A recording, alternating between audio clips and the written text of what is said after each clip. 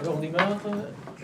Bienvenue à tous dans cet atelier là, sur les MEP. Thierry Ressel, certains d'entre vous l'ont sans doute déjà vu hier. Donc je suis l'animateur de cet atelier, c'est donc moi qui vais être surtout essentiellement le gardien du temps, parce que vous avez remarqué que nous avons un petit peu des problèmes d'horaire. Et donc je serai intraitable, à midi pile, nous arrêtons cet atelier. Donc les MEP, qu'est-ce que c'est que les MEP? Médecins à expertise particulière. Alors c'est vrai que dans le temps on avait parlé de médecins à exercice particulier, ce qui est un terme tout à fait impropre, puisqu'en fait c'est bien de compétences dont il s'agit et pas de type d'exercice. Donc on parle bien de médecins à expertise particulière qui sont maintenant enfin, pourrait-on dire, reconnus par les tutelles, puisqu'il existe maintenant une commission spéciale au niveau de la Caisse nationale d'assurance maladie qui travaille sur le dossier des MEP. Alors, il est bien sûr impossible de faire un descriptif complet, exhaustif de toutes les possibilités d'expertise particulière. Donc, nous avons choisi aujourd'hui de vous en présenter 5 qui nous semblent tout à fait emblématiques, puisqu'on va vous parler donc d'acupuncture, d'homéopathie bien évidemment, mais aussi d'angiologie, d'ostéopathie et de la médecine d'urgence de SES médecins. Donc le déroulé de l'atelier, Charles Benz, qui est notre responsable de la commission MEP au sein de l'Union des médecins, va vous faire une très rapide présentation de ce que c'est que les MEP. Ensuite, nous donnerons la parole à chacun de nos confrères dans chacune de ses spécialités, auxquelles je demande de respecter strictement le timing de 5 minutes chacun. Et donc ensuite, si tout le monde a bien respecté les horaires, on aura encore le temps d'échanger un petit peu, de poser des questions par rapport à ce qui était dit. Donc je vais en premier donner la parole à Charles Benz, qui est donc médecin homéopathe, installé dans la banlieue de Strasbourg, à Oberhausbergen. Je suis mulhousien, je suis désolé, je suis un petit peu fâché avec les noms du Bas-Rhin. Et donc qui est responsable de la commission MEP qu'il a initiée au sein de l'Union des médecins d'Alsace. À toi, Charles. Oui, bonjour et bienvenue à cet atelier. Et voilà, l'Union d'Alsace n'a pas été la première à créer une commission MEP, puisqu'il y a d'autres régions qui ont déjà travaillé dans ce domaine-là. N'empêche que la visibilité des MEP s'est quand même nettement agrandie depuis une dizaine d'années. D'ailleurs, tu as très bien présenté les MEP et je vais pouvoir réduire mon temps de parole introductif par rapport à ça. On a la chance ici d'avoir justement la personne qui a été à l'origine de cette nouvelle dénomination médecin expertise particulier et non pas exercice particulier, puisque nous n'avons pas un exercice particulier. C'est le docteur Dominique Gelin-Flamme, qui est présidente des médecins homéopathes au niveau du syndicat national et qui a été à l'origine de cette dénomination qui a été reprise par toutes les institutions, notamment donc par l'ordre des médecins et par les caisses d'assurance maladie. Alors, selon les textes, on dénombre un grand nombre d'expertises particulières. J'en ai trouvé jusqu'à 18. Dans l'Union MEP, Thierry vous a parlé du CNP MEP, donc Conseil national professionnel MEP. On en retient 12, je ne vais pas les énumérer. Sachez simplement que à peu près 20 à 30% des médecins libéraux pratiquent une expertise particulière, donc on n'est quand même pas aussi marginaux que ça. Et également, je voudrais relever 2 autres caractéristiques, c'est que c'est quasiment une exclusivité du monde libéral, puisque les MEP sont quasiment tous installés en libéral.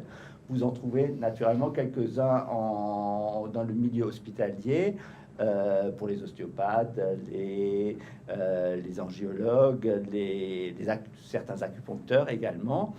Maintenant, un petit peu des homéopathes dans certains services. Voilà. Donc, on est des libéraux avant tout, et également on a un mode de fonctionnement qui est encore des plus classiques, généralement plutôt en installation isolée ou alors en coopération monocatégorielle, c'est-à-dire comme les urgentistes, qui vous faites un grand cabinet de groupe, mais vous pratiquez tous la même expertise, ou alors des acupuncteurs ou des angiologues qui peuvent être associés. Voilà. C'est tout ce que je voulais dire, et puis on va démarrer Bien. tout de suite. Alors, on va tout de suite donner la parole donc au docteur Aline Menzel-François, qui est donc généraliste depuis quelques années, depuis 6 ans, installé donc dans la banlieue de Mulhouse, une petite commune qui s'appelle Kingersheim, et qui pratique donc l'acupuncture de manière, je crois, pas exclusive. Elle va nous l'expliquer, si tu veux bien, avancer tes questions. Voilà. Donc moi, pour ceux qui m'ont vu dans l'atelier hier, je ne suis pas en cabinet individuel, je suis en association avec d'autres médecins généralistes, on est 5, mais je suis la seule à pratiquer l'acupuncture. La motivation initiale, en fait, finalement, dans mes études, à un moment, je me suis dit, bon, ben, qu'est-ce que je peux faire de plus un petit peu pour me donner une petite spécialisation. Donc j'ai pris le carnet des DU et des DU. J'étais à la lettre A et puis j'ai vu acupuncture. Je me suis dit, tiens, c'est pas mal, c'est dans l'air du temps, ça peut plaire, ça peut être sympathique. Et donc, c'est ça qui m'a motivée au départ. Après, arriver dans la formation, c'était un peu autre chose parce que c'est quand même totalement un autre monde, hein, la médecine chinoise traditionnelle. Mais les premiers cours ont été très déstabilisants pour des personnes qui sont formées avec une méthode très scientifique. Mais finalement, c'était absolument passionnant. Donc, en plus, par la suite, j'ai pu me rendre compte pendant mes stages et puis ensuite dans ma pratique personnelle qu'en plus, c'est efficace. Donc, dans plein de cas, du coup, je ne fais que conseiller cette expertise. Alors, la formation, elle est quand même assez longue. Il faut être motivé quand même, c'est 3 ans. La première année, alors donc c'est 3 ans au niveau national. La première année sur Strasbourg est à part. Elle donne accès à un examen probatoire d'entrée dans la capacité, en fait. Et la capacité elle-même n'est accessible que si on a passé cette première année. Et elle se passe en 2 ans. Et le nombre d'heures est assez conséquent, et avec beaucoup d'enseignements de stage aussi. On a 80 heures de 70 heures de stage, 80 heures d'enseignement dirigé la première année de capacité, 90 heures et 110 heures pour la 2e année. Donc c'est assez lourd au niveau formation, mais on va voir que ça vaut le coup. Alors, au niveau de la place de cette expertise dans la pratique quotidienne, donc on peut effectivement avoir un recours ponctuel, c'est-à-dire, par exemple, quand je suis en consultation avec un patient qui a une épicondylite, un de mes patients à moi, on a essayé déjà le traitement un peu classique. Je lui propose parfois, quand ça ne marche pas, de faire de l'acupuncture. Ou une femme enceinte qui a des nausées, le primpéran il ne marche pas non plus, je lui propose de faire de l'acupuncture. Donc un recours ponctuel. Et donc aux patients chez qui je sens que je pourrais avoir une réponse éventuellement positive. Un recours régulier, donc ça c'est plutôt du bouche à oreille. Les gens qui viennent me voir, maintenant j'ai des correspondants, les ostéopathes qui m'envoient pas mal de sciatique, d'épicondylite, de migraines, de cervicalgie, des choses comme ça. Et ça peut devenir d'ailleurs une activité principale. Moi, je suis généraliste, on va dire à 90%, et je fais à peu près 10% d'acupuncture. Ça tendrait à augmenter. Moi, j'essaie de limiter parce que je veux rester généraliste avant tout. La plupart des maîtres de stage que j'ai eus faisaient de l'activité exclusive d'acupuncture. Donc, comme j'ai dit, premier recours, médecin traitant, c'est-à-dire quand moi je le propose. Adressé par un confrère, ça c'est du bouche à oreille. Et puis, consultation hors parcours de soins, quand les patients viennent d'eux-mêmes, souvent ils n'ont pas de courrier de leur médecin traitant. La tarification. Donc, si on code ce dans la sécurité sociale, l'acte technique, on est à 12,35 €. Maintenant, une consultation finalement d'acupuncture, c'est une vraie consultation, nécessite un interrogatoire, même pour les suivis, c'est-à-dire quand les patients reviennent me voir et que je reprends les choses, je dois réinterroger et j'adapte les points en fonction de comment ça a marché la première fois, en fonction de comment la douleur a évolué. Parfois la topographie a changé, donc j'adapte les points aussi. Du coup, j'ai pu retrouver une moyenne, plutôt les chiffres que j'ai pu retrouver, c'était entre 35 et 80 € en cotation hors nomenclature. Donc voilà, en conclusion, l'acupuncture, méthode thérapeutique non iatrogène, c'est évident, aucun souci d'effet secondaire. C'est vraiment, vraiment efficace. Dans beaucoup de cas, j'étais surprise moi-même au début des résultats que j'arrivais à produire. C'est bien sûr complémentaire avec la médecine occidentale et surtout vraiment, vraiment très passionnant. Voilà, merci. Merci Aline. Donc je vous rappelle que les questions ce sera après, à la fin des interventions. Donc nous allons passer la parole au docteur Christine Stirnemann, qui est médecin angiologue, installée en cabinet libéral à Saverne, je crois, c'est bien ça.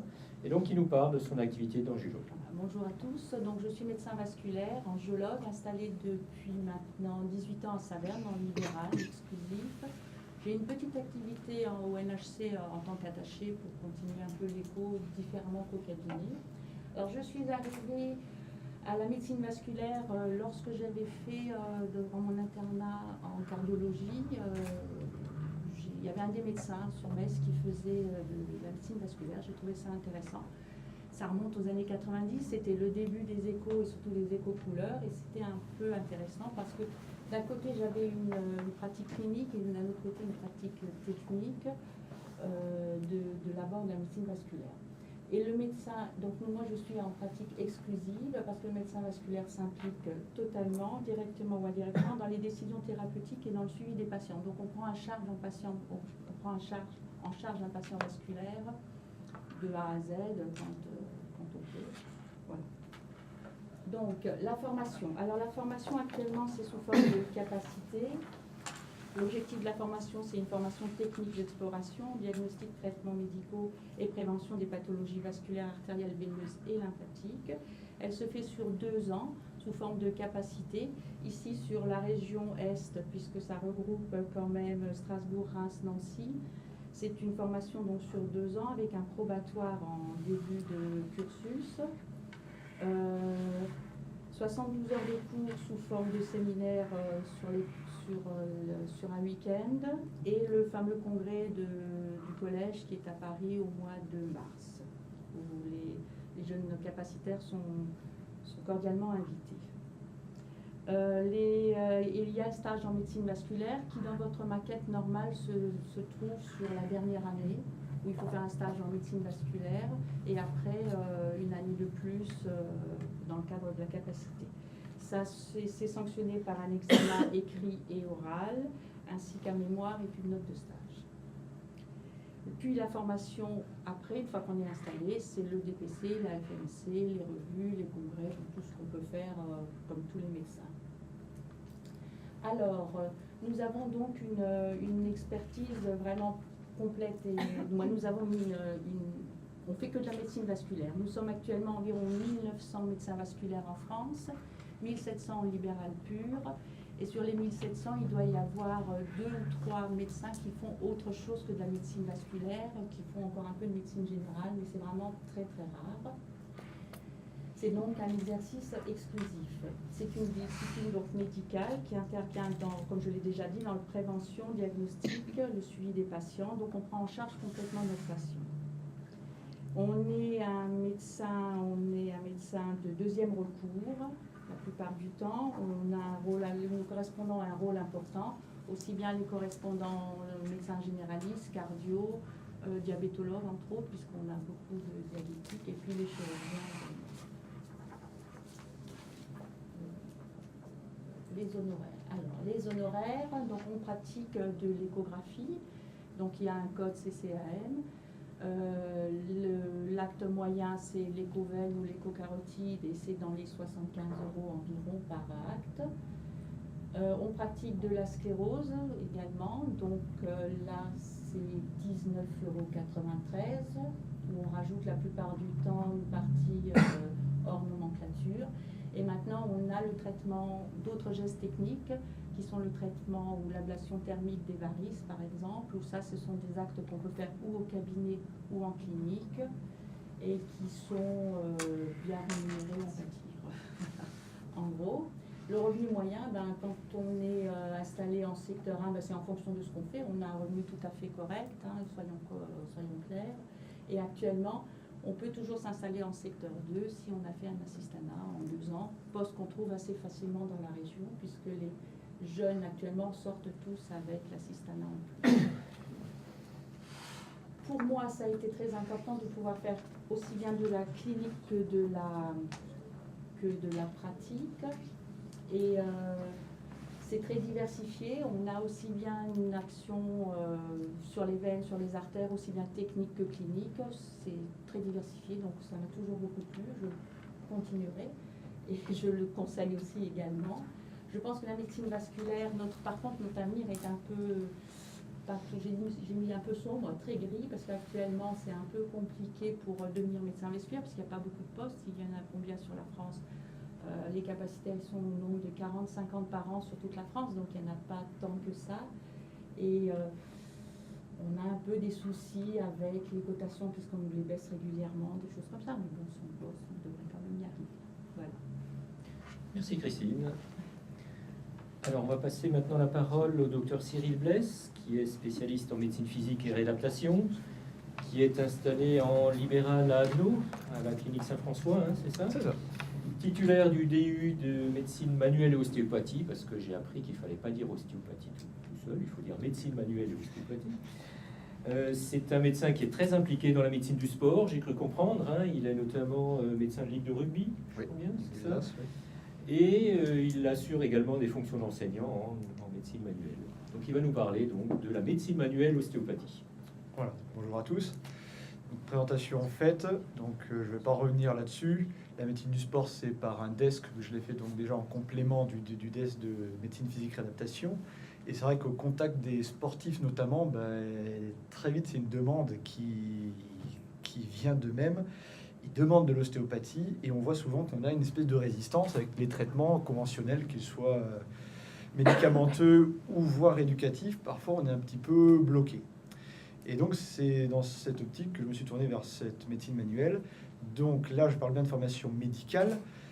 Elle est dispensée dans quasiment toutes les facultés de France. C'est un enseignement homogène, c'est un DU donc qui se fait sur 2 ans, ouvert aux médecins généralistes et spécialistes, et même aux internes en fin de spécialité qui en feraient la demande motivée. Alors on va suivre des principes, c'est l'école de Robert Menz, c'est le médecin qui a créé l'ostéopathie à Paris dans les années 60. Et je vous dis 2 ans de cours théoriques et pratiques évidemment, avec des consultations commentées, des démonstrations de kiné pour tout ce qui est technique sur les tissus mous également. Il y a un examen probatoire à l'entrée et puis un examen clôturant la première année et un final à la fin des 2 ans, et qui va permettre d'obtenir le titre donc de diplôme de médecine manuelle ostéopathique, MMO, qui est reconnu par l'ordre des médecins depuis 1996. Voilà. Il y aura une formation évidemment continue derrière. Chaque région est un petit peu organisée dans des groupes régionaux de médecine manuelle, qu'on appelle les GEM, d'enseignement de médecine manuelle. Il y en a en Alsace. Ils organisent régulièrement des séminaires, des stages de formation, de remise à niveau, pour ceux qui, justement, n'exercent pas énormément, et ça, on va le voir, ou pas assez. Les programmes sont vraiment divers sur l'ostéopathie traditionnelle. Le traditionnel, c'est vraiment les manipulations ou les techniques orientées tissu mou. On a des fédérations nationales comme la SOFMO ou LSFO, et puis internationale, la Fédération internationale de médecine manuelle, qui organise aussi leur propre congrès. Et on a eu une revue de médecine vertébrale éditée par notre société nationale. Donc dans la place quotidienne, c'est quand même, moi, quasiment 50% des consultations où j'utilise la médecine manuelle ostéopathique. Ça concerne des douleurs d'origine rachidienne, qui peuvent être rachidiennes ou irradiées. On va revoir avec notre classique DIM, de dérangements intervertébraux. Ça peut aussi toucher quand même les articulations périphériques, mais plus rarement. Mais nous, on ne fait pas d'ostéopathie viscérale ni crânienne, qui ne sont pas médicalement prouvées. Voilà, ça c'est ce qu'on apprend dans les écoles d'ostéopathie. Hein, ce sont les ni médecins ni kinés, donc ça c'est toujours la guerre ouverte. Voilà. Donc on apprend les manipulations vertébrales proprement dites, techniques forcées, et les techniques appliquées au tissu. On l'exerce assez facilement au cabinet car c'est une très bonne tolérance quand c'est bien fait, avec des effets indésirables rares vraiment et bénins, et des complications rarissimes. Par exemple, un accident vertébro-basilaire pour 1 million de manipulations, et c'est encore si normalement on ne fait pas les choses dans les règles de l'art. Voilà. Ça ira toujours en complément d'un traitement médical et rééducatif. On ne fait pas que ça, c'est dans l'arsenal. Pour vous dire, on traite ce DIM, ce dérangement intervertébral mineur, qui est une dysfonction d'un segment intervertébral entre 2 vertèbres. C'est une douleur, mais qui ne peut pas être obligatoirement que vertébrale, avec un rôle important des micro-traumatismes, donc beaucoup de pathologies professionnelles et sportives. Et ce DIM nous donne dans le métamère, vous voyez par la racine postérieure ici, des douleurs. Alors dans le territoire cellulalgique, c'est-à-dire dans le territoire de peau, avec une douleur au palpé roulé, il y aura des douleurs musculaires, tendineuses, mais qui ne sont pas des tendinopathies, qu'on va prendre pour des pseudo-tendinites. Et l'examen neurologique et articulaire est toujours normal. Et vous voyez, des cartographies très bien faites. Et donc c'est vrai que c'est pour toutes ces douleurs un petit peu irradiées, parfois un petit peu perturbantes pour le médecin généraliste, qu'on est là et que nous, on va être amené à les prendre en charge. Donc dans le parcours de soins, c'est souvent, normalement, ça devrait être en deuxième intention après passage chez le médecin traitant, en cas de résistance au traitement médical, bien conduit. Mais évidemment, on a quand même un accès direct pour tous les sportifs et toutes les personnes qui finalement commencent à connaître bien leur corps. Ils savent que ce sont des dérangements et qu'au lieu de prendre 10 jours d'anti-inflammatoire, une manipulation et c'est fini. Donc ça nécessite l'usage de créneaux d'urgence quand même pour pouvoir accueillir ces gens-là.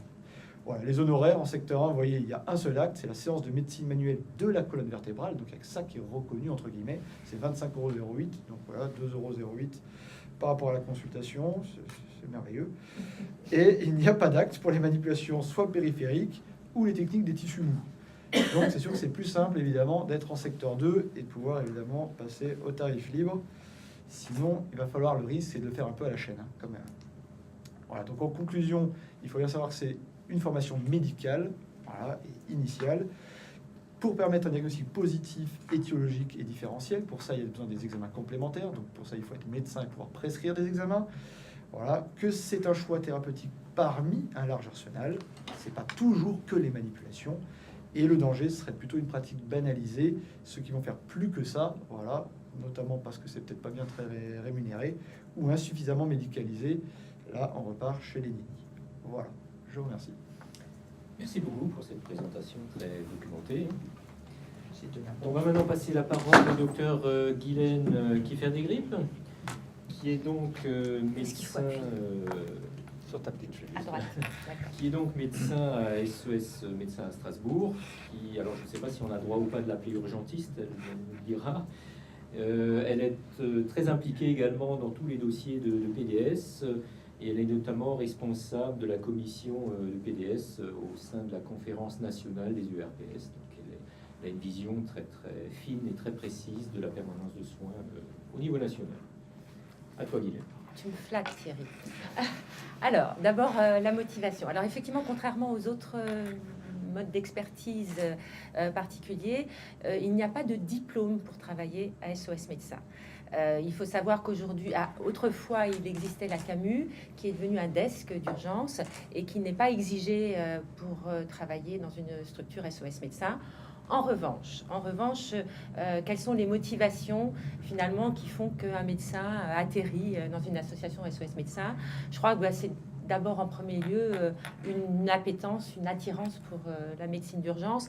Or, aujourd'hui, tous les jeunes passent à un moment ou à un autre dans un service d'urgence. Il faut, alors là, contrairement encore une fois aux autres MEP, aimer le travail en groupe, parce que un SOS médecin avec un seul médecin, ça peut pas fonctionner.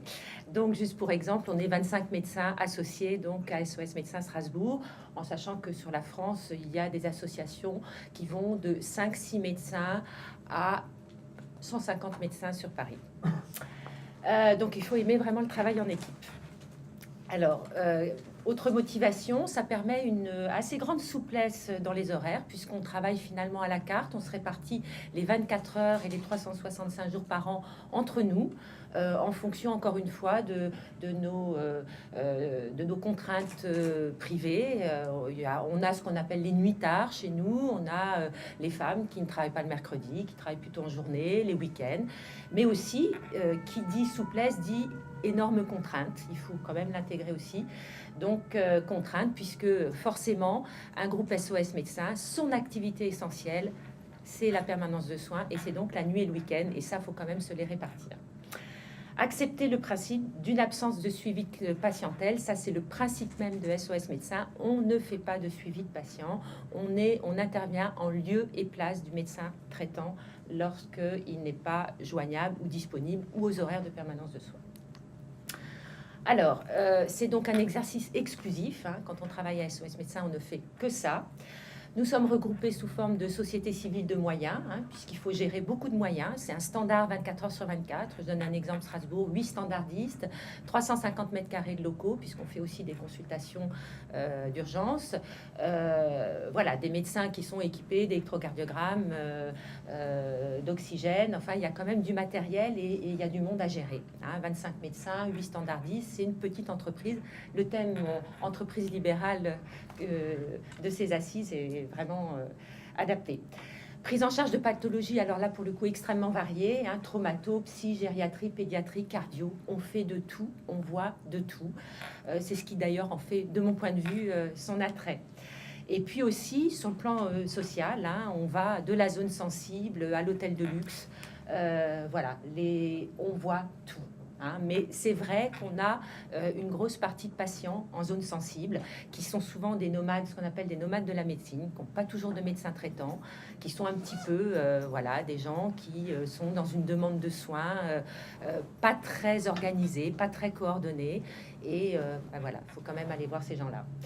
Un large champ d'activité, puisqu'on ne fait pas que de la visite ou de la consultation, mais de la régulation en centre 15, de la régulation sur site, puisqu'on a une régulation sur site, un régulateur SOS Médecins pour les appels qui aboutissent à SOS Médecins, consultation et visite à domicile.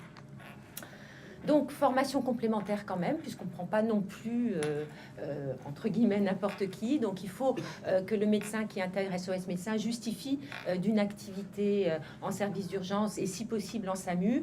Il faut maîtriser un certain nombre de gestes techniques, voie veineuse périphérique, suture, nébulisation, parce que nous travaillons donc en collaboration avec le SAMU Centre 15, qui, pour le coup, nous envoie sur des actes sur lesquels il n'enverrait pas un médecin généraliste de garde lambda, qui sont entre l'AMU avéré je dirais, à la régulation et puis la permanence de soins, c'est-à-dire ces visites un petit peu borderline où on craint que ce soit potentiellement grave et où cela nécessite éventuellement donc électrocardiogramme, mise en place de l'oxygène si nécessaire, parce que le régulateur a du mal à situer finalement la gravité de l'appel.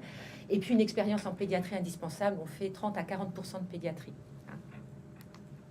Place dans le parcours de soins, donc on intervient en lieu et place du médecin traitant sur des soins non programmés par définition. On intervient, on a signé une convention avec l'HAD et avec le SAMU Centre 15. Donc, retour d'information impérative au médecin traitant par le biais d'une lettre systématique déposée au chevet du patient. Les points fixes, les associations SOS Médecins en France, pour ceux que cela tenterait. Donc, plus de 60 associations sur le territoire national, essentiellement, évidemment, sur les grosses zones urbaines. Alors, rémunération et revenus en moyenne. Je ne vous ai pas mis de revenus moyens parce que c'est très difficile. On a des petits travailleurs, des moyens travailleurs et des gros travailleurs. Des gros travailleurs de nuit qui, forcément, par le biais des tarifs de nuit, gagnent beaucoup plus que ceux qui travaillent peu et la journée. Ce sont de vrais choix et qui évoluent dans le temps. C'est-à-dire qu'on a des gros travailleurs qui deviennent de petits travailleurs au fil de leur carrière et des petits travailleurs qui deviennent de gros travailleurs, je dirais en fonction de leurs besoins, en fonction, encore une fois, voilà, de leur déroulé de vie. Et c'est ce qui fait aussi l'attrait, c'est qu'on peut gérer ses revenus vraiment à la carte dans une structure comme la nôtre, en sachant quand même qu'il faut bien le reconnaître, que je dirais que ce sont les actes de médecine générale qui sont probablement les seuls à être rémunérés aujourd'hui à leur juste valeur, puisqu'ils ont été fortement revalorisés il y a à peu près, on va dire, un peu moins d'une dizaine d'années, après les grèves de 2002, etc., quand la permanence de soins a commencé à s'organiser, il y a eu une grosse revalorisation des actes de permanence de soins, ce qui permet effectivement de gagner sa vie en faisant de la permanence de soins son métier. Merci Guylaine. Alors, je crois qu'on dit last but not least, hein, je crois que c'est ça qu'on dit. Avec l'accent, c'est très la parole à Charles Benz pour nous parler de l'homéopathie, en lui demandant d'être très concis pour qu'on puisse encore avoir quelques petites minutes pour le Voilà. débat. Alors je vais être très concis, je vais commencer tout de suite. Pourquoi ai-je choisi cette voie de l'homéopathie? D'abord par expérience personnelle, parce qu'au courant de mes études, il m'est arrivé d'avoir une pathologie à répétition que j'arrivais pas à traiter correctement, enfin qu'on traitait avec les moyens de l'époque, où j'ai trouvé une solution par l'intermédiaire d'un médecin homéopathe que je connaissais et qui m'a complètement débarrassé de cette pathologie-là. Ce qui m'a plu aussi, c'est l'approche thérapeutique originale, c'est-à-dire, vous connaissez peut-être les principes d'individualisation, de globalité, de prise en charge vraiment individuelle de patient à patient, et ça m'a vraiment passionné. Et d'ailleurs, si vous avez écouté un petit peu les propos hier matin, notamment de nos amis sociologues qui nous ont décrit le médecin idéal de demain, on part d'une médecine hyper spécialisée d'il y a quelques années, où même en cardiologie, il y avait des spécialistes du ventricule droit, puis des spécialistes du ventricule gauche. Ensuite, bon, on a quand même beaucoup évolué. Maintenant, dans d'autres notions de parcours de soins, on est passé du parcours de soins au parcours de santé, et maintenant on passe au parcours de vie. Donc vous voyez, on élargit à nouveau le spectre de la prise en charge de nos patients, et ça me va très bien, et ça correspond très bien à la pratique que j'ai au quotidien. Donc, à l'époque, intéressé par cette thérapeutique, je me suis inscrit à une école, donc qui était l'école alsacienne d'homéopathie, et j'ai suivi un enseignement de 3 années. Alors, il y a beaucoup à dire sur l'enseignement initial d'homéopathie. À l'époque, c'était pas aussi structuré que ça ne l'est actuellement, et il fallait s'accrocher pour vraiment continuer. Il fallait vraiment être mordu. La formation continue, donc pour les médecins homéopathes exerçant actuellement, il existe, comme pour toute autre spécialité ou autre groupe professionnel, des groupes de pairs, des réunions thématiques, des congrès nationaux et internationaux.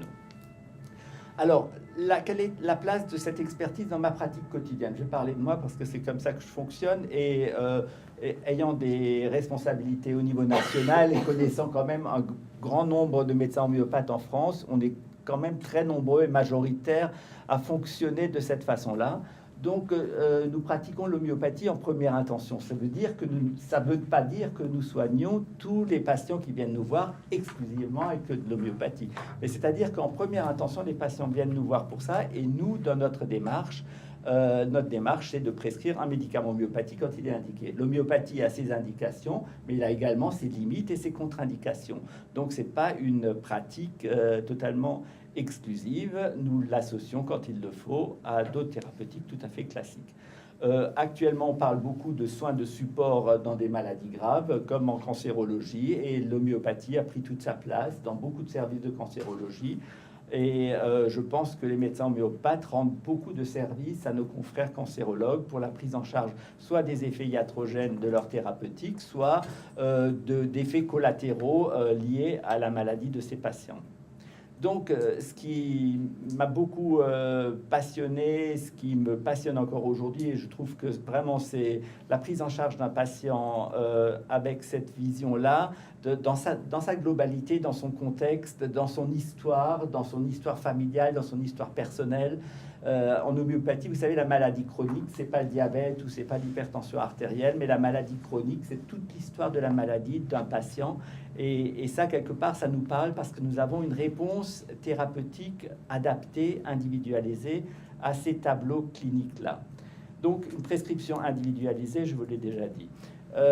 Les médecins homéopathes sont souvent des médecins de premier recours, et la quasi-totalité des médecins homéopathes ont fait leur demande de spécialisation en médecine générale, qu'ils ont obtenu, parfois dans certaines régions avec difficulté, mais ils l'ont quasiment tous obtenu. Personnellement, je suis médecin traitant pour à peu près 60% de ma patientèle, mais je suis également médecin de deuxième recours après adressage, donc de confrères généralistes ou de confrères spécialistes ou même de confrères hospitaliers. Donc, on est on peut être médecin de deuxième recours.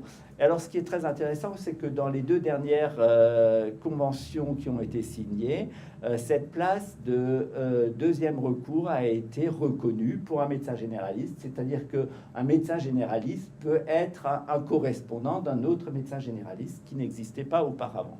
Et donc, on est vraiment dans le parcours de soins et on milite beaucoup pour participer à cette offre de soins globale et avoir toute notre place dans cette offre de soins globale. Il y a naturellement également des consultations hors parcours, des patients qui viennent nous voir directement, mais c'est vraiment très marginal. Chez moi, ça représente moins de 10% de ma patientèle. C'est une expertise qui n'est pas seulement pratiquée par les médecins généralistes, mais également par un certain nombre de spécialistes, des ophtalmologues, des psychiatres, des pneumologues, des pédiatres naturellement. Alors la pédiatrie, c'est vraiment un domaine très important et je dis toujours qu'il faudrait quasiment que l'homéopathie soit systématiquement enseignée dans l'enseignement de spécialité de pédiatrie parce que voilà, on peut soigner la très grande majorité des maux de nos bambins avec de l'homéopathie, sans effets iatrogènes, sans effets collatéraux, et en faisant également de la prévention, ce qui est aussi quelque chose qui est très en vogue aujourd'hui, mais pour lesquels on ne nous donne pas forcément des outils, et je pense qu'en homéopathie, on a quelques outils dans ce domaine-là. Alors, la rémunération, vous savez tous que pour prendre en charge un patient globalement, il faut du temps, il faut faire le tour de la question, il faut l'interroger longuement, il faut l'examiner. On fait naturellement tous les examens et on a exactement la même pratique que nos confrères généralistes ou spécialistes. Et donc, qu'une rémunération à 23 € la consultation, c'est vraiment très difficile pour les confrères qui sont en secteur 1. Donc, les anciens de ma génération, on a été en majorité en secteur 2, ce qui nous permet de moduler les honoraires. Et là aussi, nous n'avons pas une pratique systématique de nos honoraires, c'est-à-dire qu'on peut avoir des consultations courtes, des consultations simples, où les honoraires peuvent être les tarifs conventionnels, et on peut avoir des consultations, notamment les premières consultations, qui sont des consultations complexes, où en secteur 2, naturellement, on a la possibilité d'adapter nos honoraires. Moi, personnellement, je vais de 23 € à 50 € selon le type de consultation. Alors, les médecins de secteur 1 ont été naturellement très bridés et ça a créé d'ailleurs un reflux de la motivation de s'installer en pratiquant l'homéopathie pendant un certain temps. Maintenant, il est vrai que depuis les 2 dernières conventions, il existe un nouveau dispositif dans la convention médicale qui permet de coter, non pas sur la feuille de soins, mais sur une facturette séparée, un acte en NR non remboursé, et qui permet de faire un dépassement d'honoraires qui n'est pas pris en charge naturellement par les caisses d'assurance maladie, mais qui maintenant commence à être éventuellement pris en charge par certaines mutuelles. Il y a également le secteur 3, mais qui est un secteur marginal. Il y a quelques rares confrères qui sont en secteur 3. En conclusion, l'homéopathie, elle est plébiscitée par les patients. Il y a des chiffres qui ont déjà des statistiques qui ont été faites il y a déjà une dizaine d'années et quand on les refait maintenant, on voit que c'est plutôt en évolution positive. Vous savez aussi qu'il y a eu toutes ces campagnes je dirais pas de dénigrement de traitement classique, mais quand même des campagnes contre les antibiotiques, c'est pas automatique, contre toutes sortes de thérapeutiques, et en ne disant pas ce qu'il fallait faire à la place, forcément. Donc il y a aussi des patients qui se tournent vers nous parce que voilà, ils essaient de trouver d'autres alternatives thérapeutiques qui ne sont pas iatrogènes. La prise en charge est adaptée dans un grand nombre de pathologies chroniques complexes. Et ça aussi, c'est l'intérêt de l'homéopathie. C'est-à-dire quand on a une situation qui est compliquée, où il y a des intrications de pathologie, où il y a des histoires, des antécédents très compliqués, l'homéopathie a souvent une solution thérapeutique adaptée, individualisée. Voilà, je vais m'en arrêter là pour pouvoir encore... Merci Charles. Alors moi, je tiens vraiment à féliciter nos 5 intervenants qui ont réussi grossièrement à tenir le planning horaire. Et je tiens aussi avant tout à les remercier de nous avoir fait cette présentation. Ils ont pris sur leur temps de travail pour nous faire, je trouve, d'excellentes présentations de leurs pratiques. Alors la parole maintenant est chez vous. Quelles sont les questions que vous aimeriez poser? Oui. Alors moi je suis médecin remplaçant et je suis en dernière année de capacité d'acupuncture. Donc ça m'intéresse vraiment de savoir un petit peu par rapport à la rentabilité de l'acupuncture. C'est en fait quelque chose qui m'a un peu surpris par rapport à justement ces cotations, sachant que ce sont souvent des salles multiples, donc une plus grande surface nécessaire et puis du temps supérieur aussi. Alors au début de l'activité, c'est vrai que c'est difficile d'avoir 2 patients en même temps. Et puis cette cotation est un peu particulière aussi. Alors, bon, nous dans le secteur 1, alors est-ce qu'on est obligé de garder vraiment de la médecine générale? Parce que c'est vrai que la demande est très très forte sur le secteur de Burnay. Et où est-ce que. Enfin, voilà, j'ai beaucoup de questions. Alors, en fait, dans les stages que j'ai pu faire, j'ai pu voir différentes façons de coter les médecins. Hein. Donc, il y a ceux effectivement qui font que ça et qui font ça tranquillement, sur rendez-vous, l'un après l'autre. Et qui demandent donc un dépassement généralement plutôt entre 35 et 40 euros, on va dire, la séance. Ensuite, j'ai pu voir des cabinets d'associations d'acupuncteurs qui, eux, ont 5 salles et puis c'est de la rentabilité. Voilà. Moi, je fonctionne un peu différemment, c'est-à-dire que je ne fais pas vraiment de dépassement, je demande entre soit 23 euros, soit 26 pour l'instant. Mais par contre, le temps de pause, on n'est pas avec le patient, les 20 minutes de pause des aiguilles. On n'est pas avec le patient, donc comme je suis dans un cabinet d'association, j'ai toujours une salle de libre et j'installe le patient, j'ai parfois 3 salles en même temps et je consulte en médecine générale pendant ce temps. Donc ça permet quand même d'avoir une certaine rentabilité, mais c'est sûr que les locaux doivent être adaptés, ça c'est évident. Et vous avez gardé votre médecine générale par choix, pas oui, par nécessité d'être rentable? Parce que vous côté non, pas du tout, non. le CS, du coup, vous côté consultation. Moi je pense que quand je vous faites consultation, ouais. Vous faites pas le petit système de facturette comme non, pas encore, mais on me dit qu'il faudrait que je le fasse. Ouais, ça paraît bien comme système. Oui, je sais, il faut que je le fasse. Parce que c'est pas du hors nomenclature, si je peux me permettre. Le hors nomenclature pour l'assurance maladie, c'est quelque chose qui est. Alors ça a été le cas de la mésothérapie, hein, c'était un acte reconnu, mais pas nomenclaturé, c'est-à-dire qu'il n'y a pas de prix à côté. D'accord? Donc acte reconnu sans reconnaissance financière par l'assurance maladie. Donc vous n'êtes pas en hors nomenclature, vous êtes en acte non remboursable. Tout ce qui entoure l'examen clinique propre à l'acupuncture est un acte non reconnu, donc acte non remboursable, et c'est du NR dans la... En pratique, moi je vois ça comme une consultation globale, puisqu'il y a un interrogatoire, il y a un examen clinique, donc je vois ça plus comme une consultation globale. Après, c'est sûr que c'est forcément la limite est. En plus, comme je suis généraliste, les gens ils ont toujours à la fin de la séance, et au fait je tousse, voilà, bon ben voilà, hop, on sort le stéthoscope, et puis voilà, ça se transforme toujours avec une prescription au final de médecine générale, du fait que je suis généraliste aussi, je pense. Alors, je voudrais revenir sur cette notion de médecin généraliste, parce que moi, quand je me définis dans une réunion, je me définis toujours comme médecin généraliste. Et en fait, j'adapte ma thérapeutique au cas du patient et en fonction de ce que je sais, de ce que je connais. Et donc, mais en homéopathie, c'est certainement différent en acupuncture parce que tu fais quelque part un acte technique quand même, alors qu'en homéopathie, il y a la globalité de l'acte qui est une consultation normale. Et pour moi, je suis médecin généraliste, voilà, avec une spécificité thérapeutique.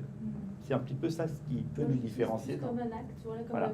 un outil. Je ne fais pas de médecine générale et de l'homéopathie, vous voyez, je fais toujours de l'homéopathie en faisant de la médecine générale. Mais je crois que son inquiétude, c'était de savoir est-ce que c'est rentable? C'est peut-être ça la réponse Parce qu'elle attend. qu'il y a beaucoup de monde et j'ai l'impression que si je m'installe, je vais faire que de l'acupuncture. Parce que là, déjà, en tant que remplaçante, on m'appelle pour savoir quand je viens pour faire de l'acupuncture. Et j'ai peur qu'en m'installant, je sois obligée ou bien pour répondre à la demande. On peut refuser, bien sûr. Non, on peut faire comme on le désire. On peut faire aussi bien, je pense, adapter l'acupuncture à la médecine générale ou la médecine générale à l'acupuncture, mais je pense que vous pourrez faire quand même ce que vous avez envie de faire. Oui. Si vous voulez faire que de l'acupuncture, vous aurez très vite l'étiquette acupuncture, mais vous pouvez, c'est à vous de moduler votre exercice. Moi, je fais de la médecine vasculaire, je fais que de la médecine vasculaire parce que j'ai envie de faire ça, parce que j'aime ça. J'aime bien le côté technique, écho, le côté sclérose, tout ça. Mais je ne fais que ça, parce que je l'ai choisi. Et je pense que vous avez entièrement le choix de faire comme vous voulez. Après, les rémunérations... Ceux qui font que ça, il n'y a pas de souci. vous avez... C'est juste les locaux, je crois que ça, c'est la seule chose importante, c'est les locaux, effectivement. Parce qu'il faut avoir quand même, je pense, minimum 3 salles. Ouais, 3 Pour salles. pouvoir avoir une rentabilité, 3 salles. des salons C'est un grand morts. Non, local. c'est pas des grandes salles. Voilà. Bon, à la Voilà. campagne, ça peut se faire. Oui, ça peut se faire. Moi, je suis installée Moi, il y a des Moi, un ateliers. cabinet d'association, si Et vous notre- trouvez un autre qui veut faire, ça à deux, ça peut être Ça peut être très très bien. bien. Ouais. Oui, donc moi, je vais vous rassurer, moi je suis médecin homéopathe et acupuncteur, j'ai que 2 salles. Voilà, ah bah voilà. 3 après on est sur l'abattage, 5 on n'en parle plus. Et puis après, je voudrais pas lancer le débat, c'est limite, plusieurs salles. Mais si, moi j'arrive pas encore à faire vraiment, enfin je me rappelle plus quel point j'ai piqué chez Athènes. Oui, c'est Pour l'instant, pas de Voilà, je crois qu'il ne faut pas non peut-être un peu plus. plus d'expertise aussi. Mais derrière, si vous faites de l'acupuncture, enfin moi qui suis acupuncteur, il y a toute une partie, comme en homéopathie, c'est-à-dire que l'homéopathie est reconnue par l'ordre des médecins, et alors nous on se bat pour répondre aux ostéos contre les mini. On se place réellement très fort en France sur le fait que pour être médecin homéopathe, il faut faire un diagnostic. Et pour faire un diagnostic pour l'ordre des médecins, c'est réservé au corps médical. On ne peut pas faire de l'homéo si on est naturopathe ou machin comme ça. Donc nous, en France, le syndicat que je dirige, il existe depuis 1932. C'est-à-dire que c'est un des plus vieux syndicats. Les premières écoles d'homéopathie réservées aux médecins, dont tu parlais quand tu disais tout à l'heure, on a fait ça, c'est 1930. La fédération des sociétés qui assurent la formation continue, 1930. Donc on est une profession très structurée, alors qu'on nous prend toujours pour des doux ésotériques délirants. En fait, on est très structuré, très organisé, et on défend une homéopathie médicale. Et on le défend parce qu'il y a l'Europe derrière. Vous parlez des mini, Ah oui, on c'est est comme coincé. l'ostéopathie, c'est Donc pareil. eux, on est excessivement vigilants pour qu'il ne nous arrive pas ce qui est arrivé aux médecins ostéo, parce qu'en Europe, il y a énormément, dans des pays où l'organisation de la formation des professionnels de santé est différente, il y a énormément d'homéopathes non médecins. Et que le rêve dans l'ouverture des frontières, c'est de faire tomber les frontières pour que n'importe qui puisse venir s'installer comme homéopathe en France. D'accord ? Donc nous, on est excessivement vigilants en expliquant bien. Alors nous, on a la chance d'avoir une très grande étude qui est sortie 2009, qui a été signée par Bégaud et Abénaïm. L'un est père de l'INVS, l'autre de la pharmacovigilance, suivi par 9000 patients par 900 médecins pendant 1 an. 300 médecins généralistes, 300 médecins généralistes homéo et généralistes en matière mixte, et 300 médecins généralistes homéopathes purs. 3 bras, 3000 patients qui ont des troubles anxio-dépressifs. Pourquoi? Parce que là où il y a le plus d'effets secondaires et où on nous demande au niveau de l'assurance maladie de diminuer, c'est la prescription des anxiolytiques et des antidépresseurs. Les troubles ostéo-articulaires sur les problèmes liés aux anti-inflammatoires, et on finit par les antibiotiques, c'est pas automatique, sur la pathologie respiratoire. Mais il n'y a pas photo. Alors, il paraît qu'ils ont été époustouflés. Mais quand même, c'était en 2010, ça, de se rendre compte que les médecins homéopathes étaient médecins généralistes, médecins traitants de leurs patients. Et que même en 2010, on est universitaire, on n'imagine pas qu'un médecin homéo est un médecin généraliste qui a effectivement dans sa patientèle bon nombre de suivis réguliers. La deuxième chose que ça montrait, c'est qu'on a les mêmes patients avec les mêmes degrés de gravité. Ce que me disait, moi je suis très investi dans les unions régionales depuis 1994, parce qu'en gros, les médecins généralistes voyaient les vrais malades et puis tous ceux qui avaient rien allaient voir les médecins homéo. Donc en fait non, on a les mêmes degrés de gravité, il n'y a pas de choix derrière, et surtout on a les mêmes résultats thérapeutiques, sauf qu'on coûte moins cher, qu'on a moins d'hétérogénécité, et si on regarde la chronicité après, il y a moins souvent de voir. Donc il n'y a même plus de photos, je ne comprends pas. Et moi dans mes rêves, on est dans la projection, c'est que j'aurais bien aimé qu'un jour, tout médecin qui sort d'une faculté de médecine avec un diplôme ait entendu parler d'homéo, d'ostéo, d'acupuncture, de nutri, parce qu'actuellement, peu de nos confrères connaissent nos domaines de compétences. Ils les découvrent par nos patients. Voilà. Qui est intarissable sur l'homéopathie. Juste avant de conclure définitivement. Et puis 3, pourrais vous en... Est-ce qu'il y a encore une question? Moi, je voulais juste dire que d'une manière ou d'une autre, on est en médecine libérale. Donc, vous adaptez vraiment votre l'envie de travailler comme vous pouvez et comme vous voulez, par exemple. Donc, on a cette chance de faire de la médecine libérale.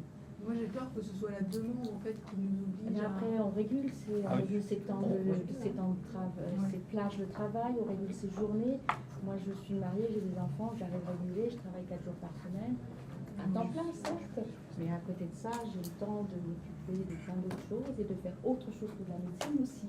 Donc, on est en libéral, donc on a vraiment le choix de beaucoup de choses. Alors, il ne faut pas avoir peur, il faut se lancer. C'est ce que je dis. Merci à nos 5 experts. Hein. On va clôturer là. Il y a toujours possibilité de discussion en aparté dans les couloirs si vous voulez plus de renseignements. Merci à tous.